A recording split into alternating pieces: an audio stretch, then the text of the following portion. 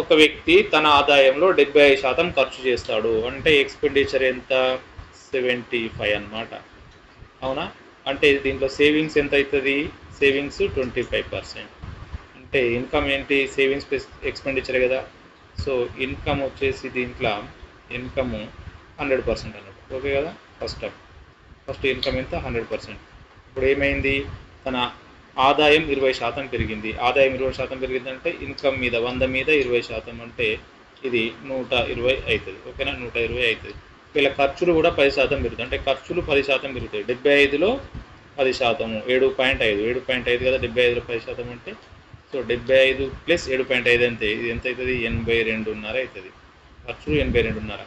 సంపాదిస్తున్నదేమో 120, ఖర్చు పెడుతున్నదేమో 82.5. కాబట్టి ఇప్పుడు సేవింగ్స్ ఎంత అవుతాయి చూడండి. సేవింగ్స్ ఎంత అవుతాయి అంటే సేవింగ్స్ 120 వెళ్ళి 82.5 తీసేస్తే ఎంత? ఇక్కడ 17.5, ఇక్కడ 120 అంటే మొత్తం ఎంత అయింది? 37.5 సేవింగ్స్ అయినాయి. ఇక్కడ ఫస్ట్ ఏమో 25 ఉంది, ఇప్పుడు 37.5 అయింది. అతని ఆదాయం ఎంత పెరిగింది అంటే 12.5 పెరిగింది. ఎక్కడి నుంచి పెరిగిందంటే 25 నుంచి పెరిగింది.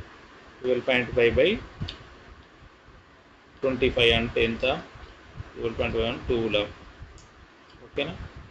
50 అంటే అతని యొక్క ఆదాయం ఎంత శాతం పెరిగింది? 50% పెరిగింది.